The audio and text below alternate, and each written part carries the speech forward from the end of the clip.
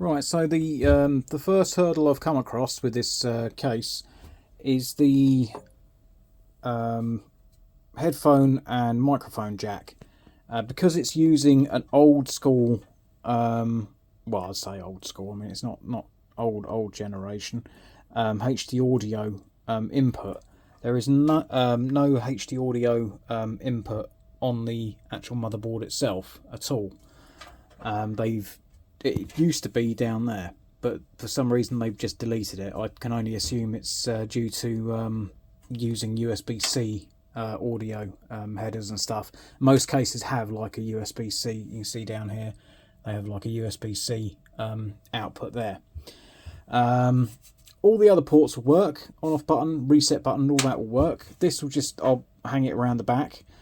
But they have provided you with this whatchamacallit, this is an audio DAC.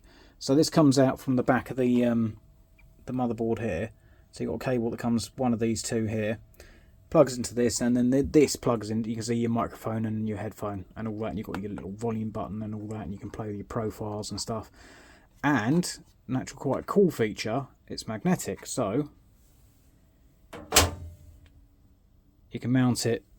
I mean, this is the inside, but you can mount it on the outside of the case anywhere you want, and that's actually quite a hefty magnet as well. So it's, you know, I know your cousin's going to be using it for transportation and stuff.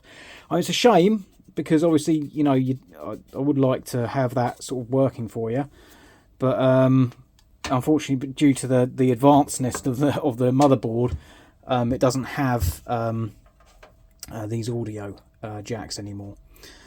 So I will just delete that around the back of the case and I'll crack on with the other parts. Other than that, everything else is going fine.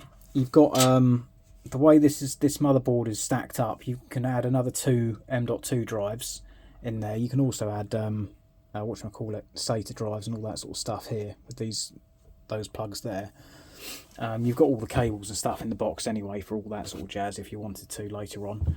I would suggest just sticking with M.2s because it gives you the fastest read and write speeds. And yeah, I mean, it's night and day really. I'm just So you can fit another two in there, another three in there. The RAM here, you can have up to, I think it's 120 gigabytes. I'm going to put in 32 gig Gskill. It's 2 RAM slots. I mean, the reason it's 2 RAM slots is because it's you know, it's a smaller motherboard. You can see it's a small motherboard. It's a micro ITX. The power supply is all ready to go in. Apart from that, I mean, it looks like it will be quite a nice case once it's all done. The cables and stuff, obviously, I'll get all those all nice and mounted in a minute. Once I've finished ferreting around with all the cables and stuff, because I've got the AIO that I need to plug in the cables, and obviously some of those cables are quite unreachable there, so I've got to take the motherboard out quickly, make sure all the cables are attached that need to be attached up there, and then I'll put it back in. Not too much faffery, to be honest with you. Most cases, I mean, like I'm so used to the Lee & Lee cases where you just take the whole top off and you've got access to it and you don't have to worry about it, but obviously this is all completely sealed, so I've got to work around it. But yeah, no, I'm sorry about that. I mean, that was completely an undersight on my part. Yeah, I mean, but you've got this wacky DAC, which you know will be absolutely brilliant. I mean, that does look really cool, and you can mount it anywhere on the case because it's magnetic, or on your desk, or just leave it on your desk. You've got the USB cable that plugs into it, the USB-C cable that plugs into it there, and it gives you extra ports as well, I think, as well, so you can use it as like a mouse DAC and all that sort of stuff. So it's quite a good idea. But I mean, yeah, I mean, they've obviously really had to bite the bullet on that one, because that's definitely not going to be a cheap add-on compared to just deleting. You can see where that would have been down that left-hand screw down there. That's exactly where that port would have been. Yeah, so for just deleting a couple of circuits, they had to make a whole new device. I'm not going to argue with them. I mean, most of the time they're very good, but of course, I mean, as your cousin's going to be streaming and stuff, I imagine he's going to be using a headset and all that sort of stuff anyway. But yeah, just let him know.